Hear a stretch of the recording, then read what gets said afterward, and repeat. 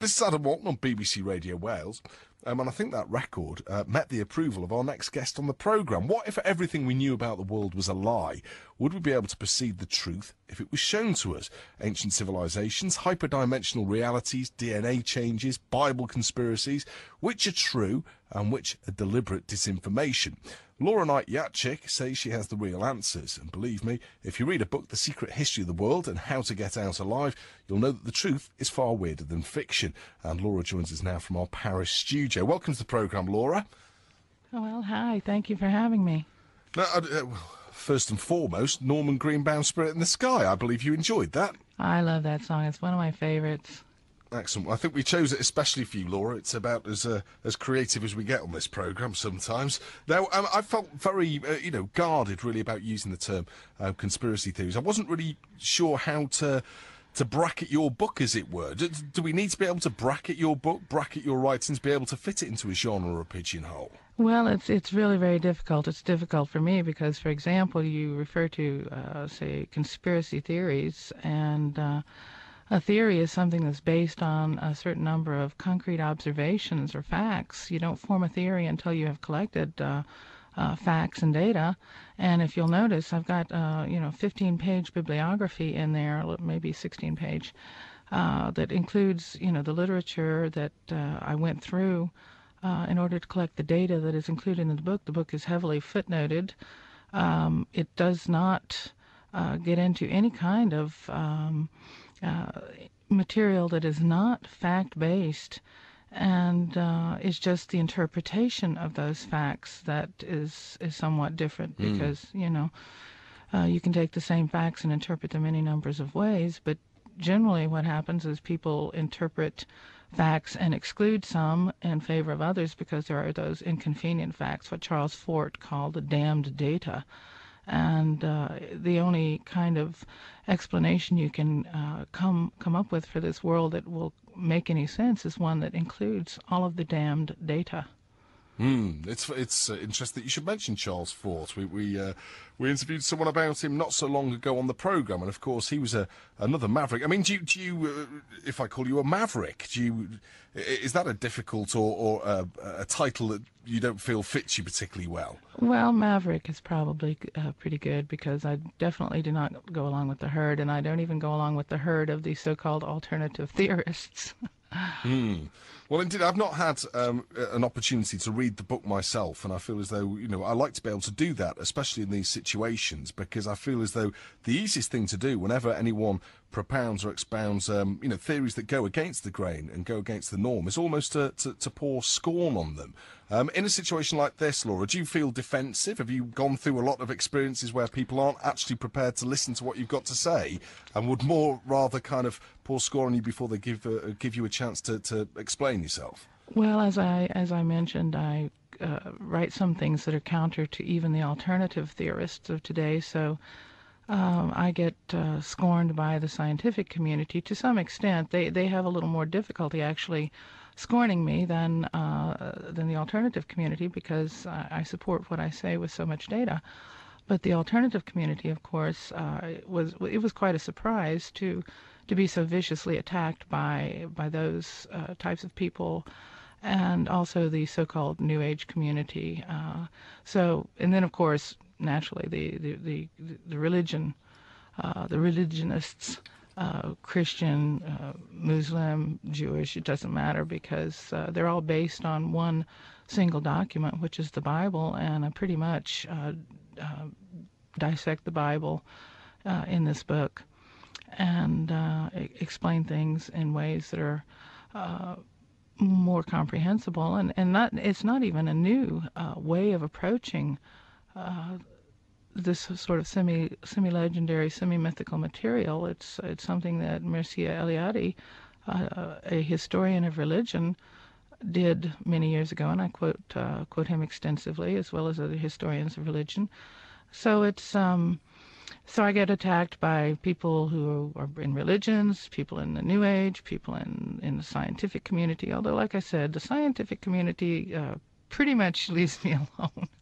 Well, they appreciate the rigorousness of your work. By the I sound have of things. I have a lot of scientists who are fans. Actually, some of them covertly. They will write fan mail to me, and ask me please not to reveal the fact that they enjoy my book so much. It's funny, that's a lot of the correspondence I get doing this programme is along similar lines. I wonder why.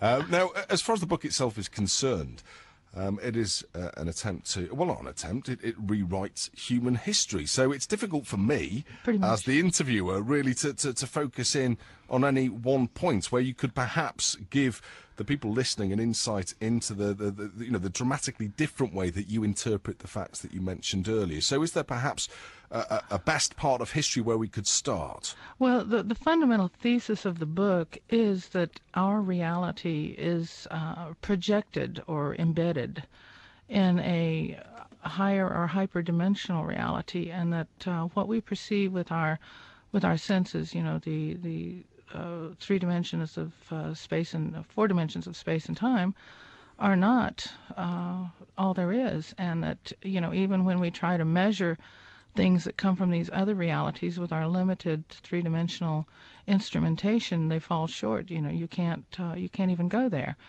So that's the fundamental thesis. So taking history, taking the data that we have about human history, some of which is extremely mysterious, and some of which it's baffling. Some of it's very shocking.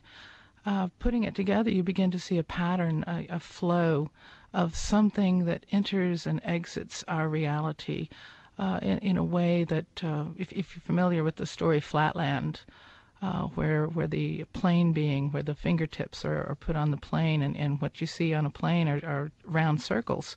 And if the hand were to be put through a membrane, you would just see, circles going through until the hand actually coalesced into a larger object. But to the beings of the membrane, it would never be anything other than a circle that, appeared and disappeared in time.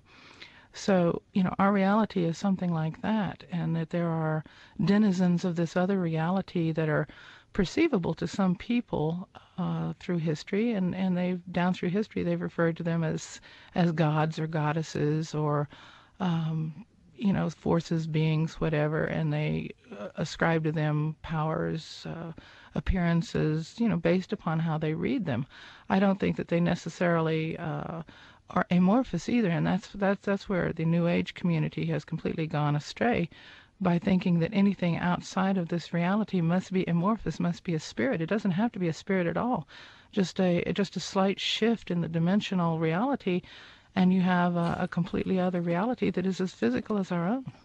Okay, now, Laura, from the point of view of the basic science really behind this, the idea of parallel universe is obviously one that's very common amongst physicists. I believe your husband is a well-renowned physicist, yes, as well. So, at least from that particular foundation, there would appear to be great scientific support for your theories. Why is there then resistance from all of the bodies that you mentioned, if this could, if this is almost explainable? Well, as I said, people who are attached to their religion don't want a rational explanation for what happens. People who are attached to the New Age is really little more than a variation on the old standard religions. I just call it New Age fundamentalism. The scientific support that I get is really kind of unique, because it comes from odd and unusual places.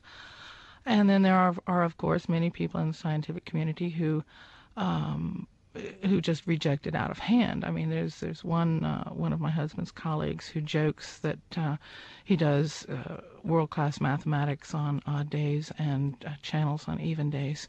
So we have an interesting life in that respect.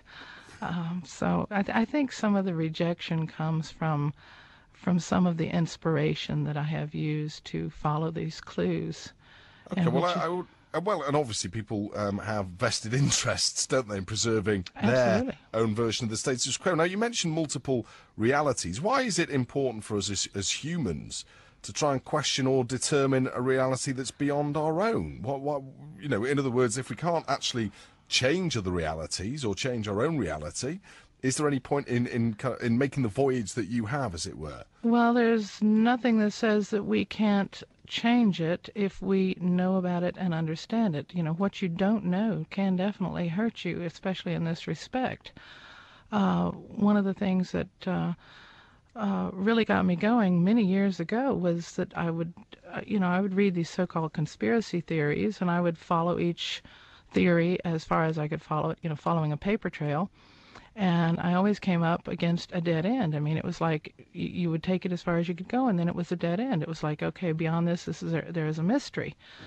And yet at the same time, you could look at the vast pattern of history, and you could see that, that there was a strong indication that something was maneuvering things toward a particular directed end. And yet there was no possibility in my mind, after following all of these many trails, that this could be a human conspiracy, because human beings simply can't conspire over thousands of years. They can't keep something going that long.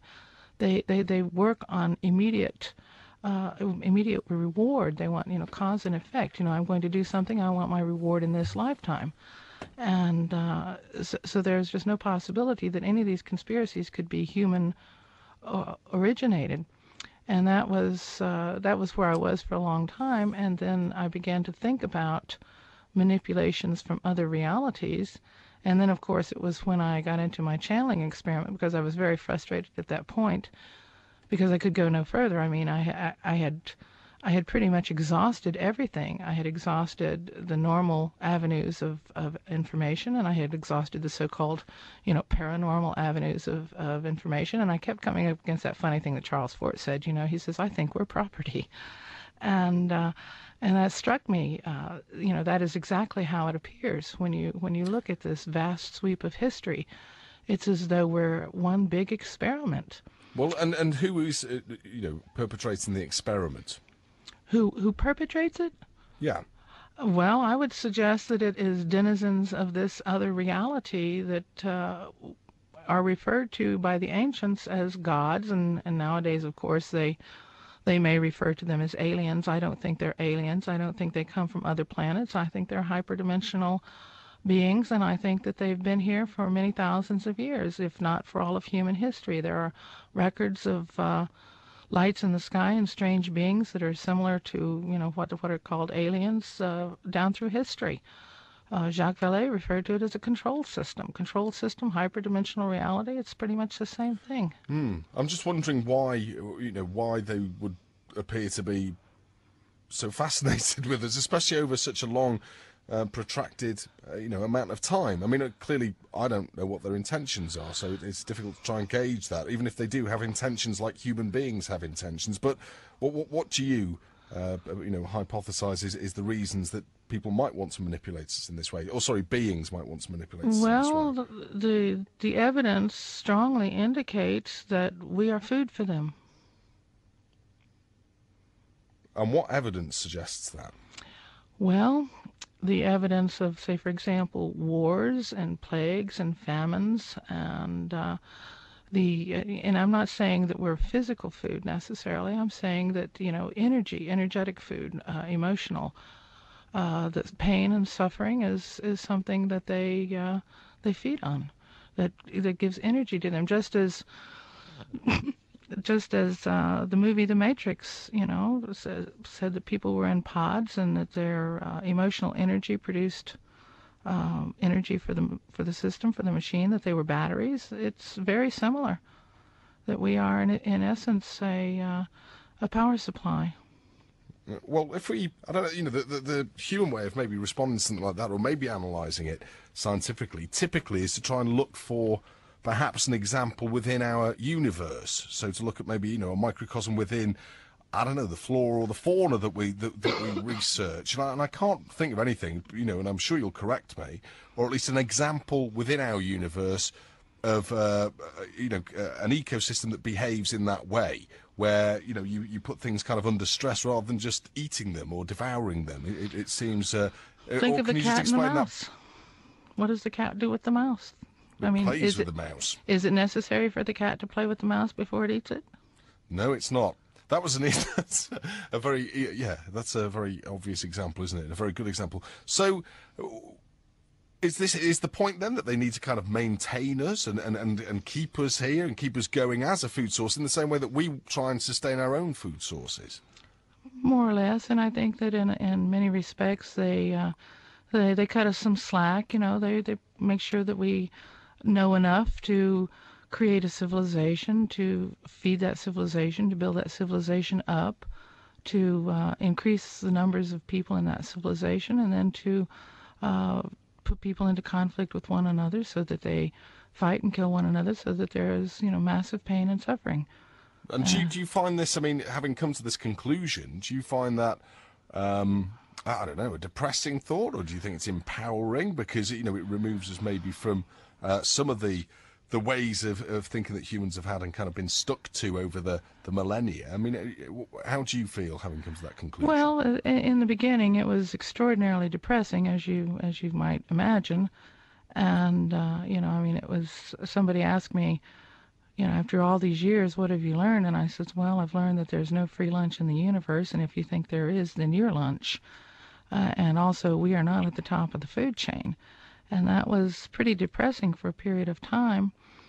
And then I finally began to work my way through that, and I went back and started searching the literature for the evidence of anyone who had found their way out of this, had they realized this situation, had they understood it, what clues were there, and what conclusions did they come to, and was anybody able to overcome it, to escape it, so to speak.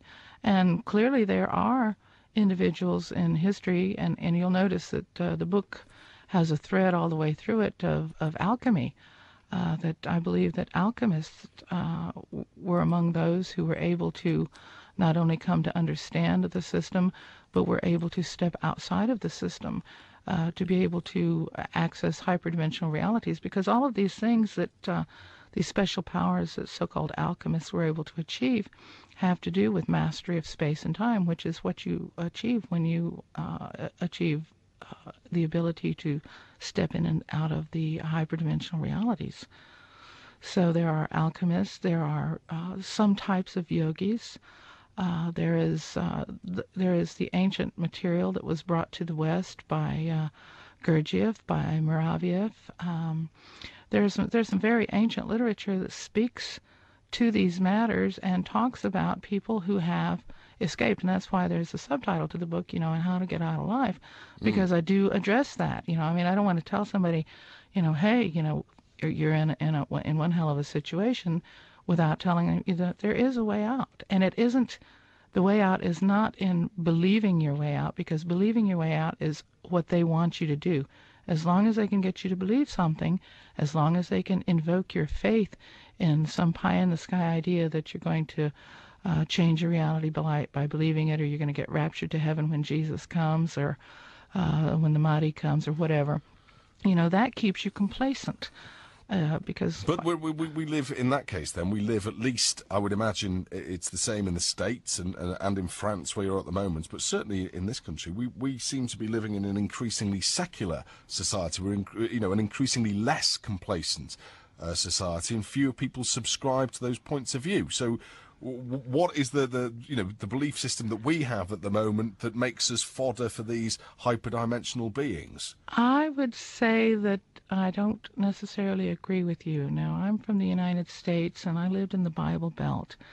And if you notice, George Bush has a great deal of support among fundamentalist Bible believers who actually believe that if they push the envelope on Armageddon, it will force Jesus to come and rapture them. They really believe this. I don't know if you have anybody in your family who subscribes to these types of beliefs, but I do. And they sincerely, truly believe that. And interestingly, the ideas of the rapture originated in Wales. I don't know if you're aware of that or not. But No, I didn't know that. No. Yes, they originated in some fundamentalist type churches that went into some charismatic type activities that were accompanied by strange phenomena, including lights in the skies. At the same time, all over England, there were strange sightings of black cats, black dogs, and other unusual, what you would call hyperdimensional window followers, creatures that would slip between dimensions. So it was an extremely unusual event that this belief system was introduced there at that time, accompanied by these types of events, which is once again a little bit of evidence of the hyperdimensional manipulation. Okay, but I would still maintain, I mean, obviously within my experience, yes, there's no one in my family who has those kind of fundamentalist views, but I would suggest that even those, the people who hold those views in the Bible Belt in the States, it's still a minority of the population. I'm just wondering when there's that kind of spiritual void, if it's that kind of thing that these beings feed off and we're becoming more, less complacent, as it were, then we're kind of failing as a food source. Well, I don't think we're failing. What will they do about that? Because it's as much a belief. Science is as much a religion as Christianity is. And you can believe all you want in the power of science, and it's not going to save you if you don't acknowledge that science itself has its limits. Okay, well, yeah, but there's a rationality to science that, well, at least, I don't have experience of it any other way, that kind of precludes it from forming the kind of conflict that you're talking about, though, that these beings feed off. Maybe I'm focusing too much on this idea that it's the conflict that these beings feed off. If we're becoming, I mean, clearly there's examples in the world at the moment where there appears to be more conflict than there has been before, but we're a more peaceful planet, aren't we, as a whole, than we've been at most points in the past. Are you living in the same world I'm living in? No, I'm not, but I'm not living during the Second World War. I'm not living during the First World War. I'm not living during any of the great plagues or the great tribulations that have shaken the human history in the not so distant and the distant past. But we're sitting here, we've got a lunatic in the White House in the United States, and we're sitting on the verge of global nuclear conflict, and don't ever think that he's not going to try it, because he is. Yeah, but that's scaremongering, with all due respect. It's not scaremongering. The man is a psychopath. He will do it. He will do it. Well, we've take it to the bank.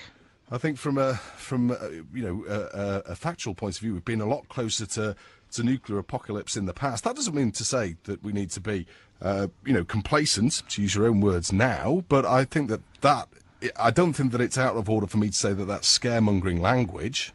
Well, look at the United States. It has turned into a fascist police state. The UK is practically a fascist police state. I mean, it's everywhere. I think anyone who lived in Nazi Germany or lived in France under occupation would definitely react against that statement. I don't think so. Wouldn't they? No, I absolutely do not think so. I have studied this extensively. And the comparisons between Nazi Germany and the United States today are vast and numerous. Do you have a secret police that takes people in the middle of the night and they never reappear? Apparently they do. In large numbers? Well, they're starting to get the numbers larger and larger. They've got a place called Guantanamo. It's just the beginning.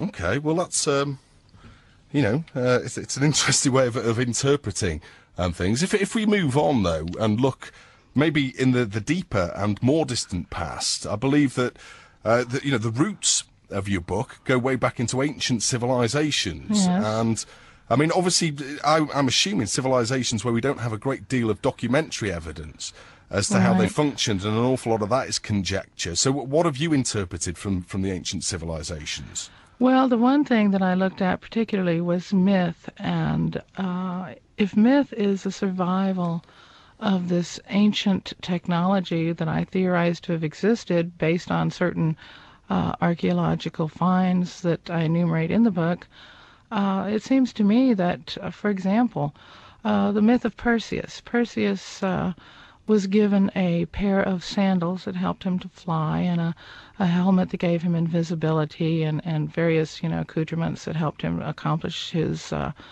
particular mission to cut off the Gorgon's head. Now, a lot of anthropologists say that these kinds of myths developed, as a way to explain the forces of nature.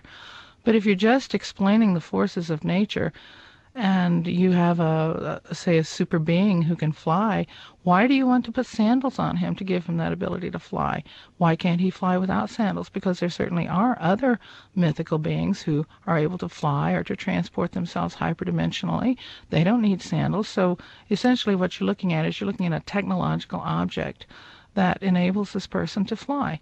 Then, of course, there are the Vedas, where they have these vimanas, these ships that they would fly in and engage in what seems to be nuclear war.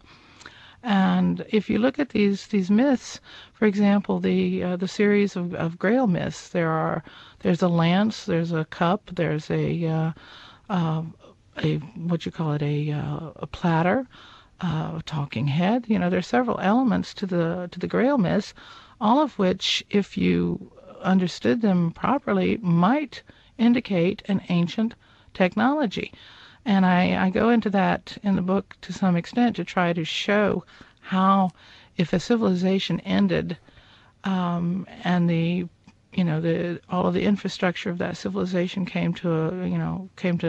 was destroyed, essentially, how the survivors would tell the stories about what civilization was like to their children, to their grandchildren, and how after several generations, these stories of this ancient culture, this ancient technology would be transformed into myth.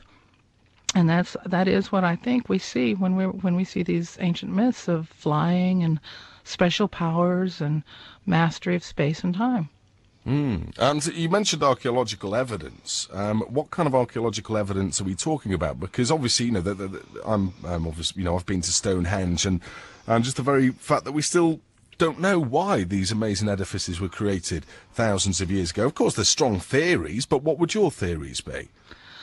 Well, I would say the Stonehenge itself is an energy accumulator, and it probably worked with human beings as part of the machinery. They interacted with the stones to gather the energy or to gather it into themselves. It was a human hyperdimensional interface.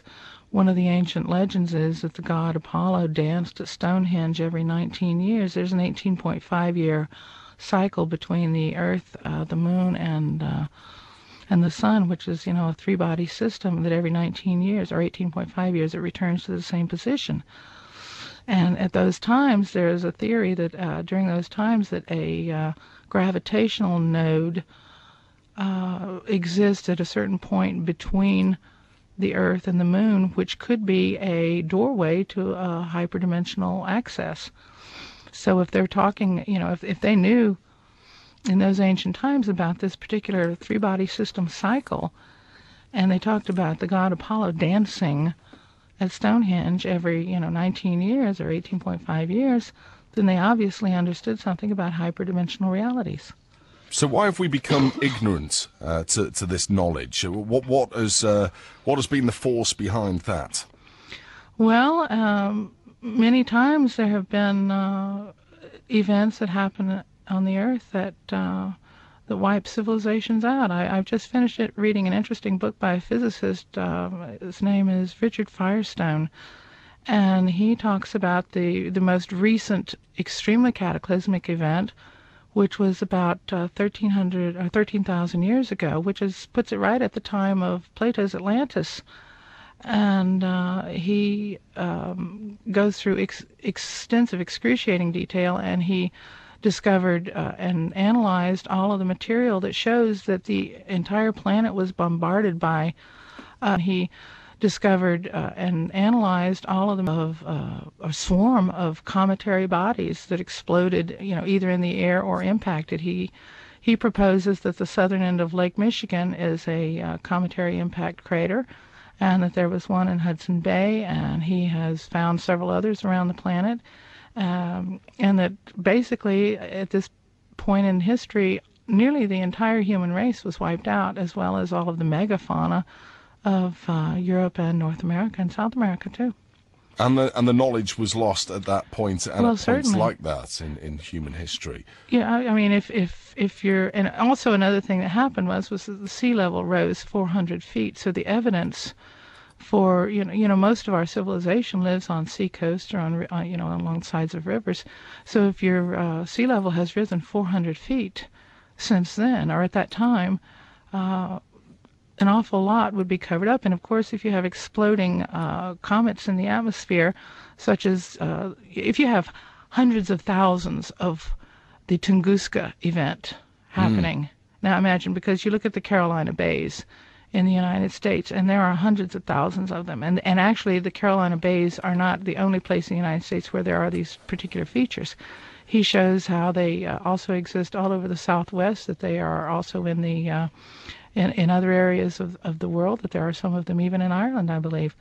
So that this was a massive global event 13,000 years ago that almost literally wiped out the entire human race. And was that perpetrated by these beings, or was that... Oh, no, that's a natural cycle. Those are natural cycles. But you see, they know and understand the cycles, and then they do everything they can to keep us from knowing and understanding those cycles.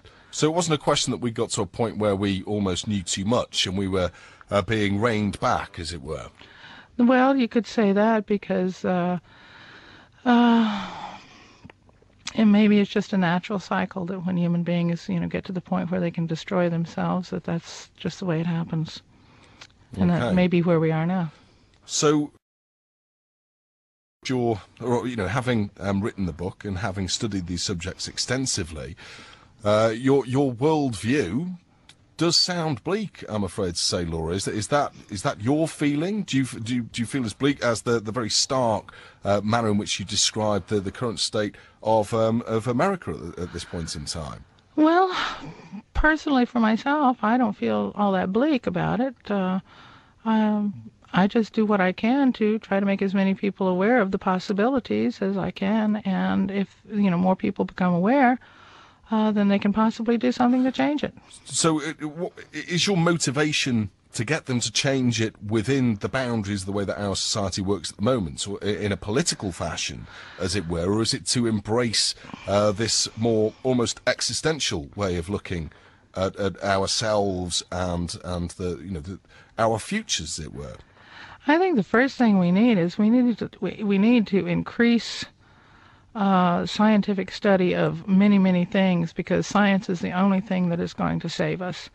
And we need to get politics out of science. That's the first thing. And we need to give them some freedom to work on what really matters and to quit controlling science, politically speaking.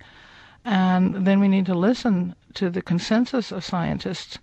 And I think that's the first thing we need to do. And as far as politics, well, I'm not too sure that anything can be done politically. I'm not really, I couldn't even suggest anything along that line except to get rid of the psychopaths. But, that has to be done through science. I mean, the only way you can deal with politics is through science. Indeed. And what are you working on at the moment? You mentioned that you just, or at least you're in the process of working on something else at the moment. How do you extend this work further? Well, I'm kind of zeroing in on one particular aspect of something I mentioned in Secret History, which is the origins of our religious beliefs, which is Judaism, which began with, supposedly with Moses, Abraham, etc. And I am zeroing in on that and bringing together a lot of documentary evidence to explain exactly who, where, when, how, and why it happened. And if, I don't know whether you're familiar with our bookshops in the United Kingdom, Laura. I mean, if people come into a bookshop, as I mentioned right at the start of our conversation tonight, books like music tend to be grouped under pigeonholes. So where will people be able to find your book in the bookshops, and under what heading does it go? Is that a cause of frustration? It's, from that exhalation of breath, it sounds like it might be. Yeah, because there's so much science in it, and yet there is a certain amount of paranormal, there's parascience, there is religion, there is alchemy, there is it's just really a no niche book. It's funny, whenever we talk about science, particularly on this program, increasingly. The scientists that we talk to want us to embrace science, I don't know, maybe more holistically. Look at it not as strict disciplines, to make sure that we're aware that all of these things do join together. Right. So are we moving away from, is this a good thing as far as you're concerned, moving away from regarding the sciences as strict disciplines and Absolutely. maybe realising that they interact and intertwine? One of the big problems that I've seen as I've gone through this scientific literature, and I've been able to consult with scientists directly for some of the material in the book, and to ask questions and to have my questions answered by the experts in the field. And the one thing I've noticed is that there is, scientists in one field don't talk so much to scientists in other fields. For example, lowest on my list, and I really apologize to some of you out there, but kind of lowest on my list are Egyptologists. I'm extremely frustrated with them because, all of our history, our entire history as we understand it and know it as it's promulgated and, popularly, is based on what Egyptologists decide about chronology. And Egyptologists really need to learn some science.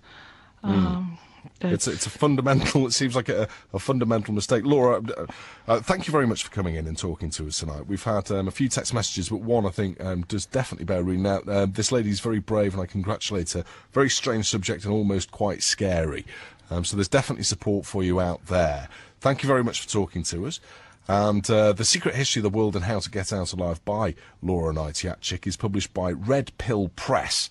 And you can find that in all good bookshops or go to redpillpress.co.uk. Laura, thank you very much for your time. And thank you for having me. It's a quiet place, the National Library.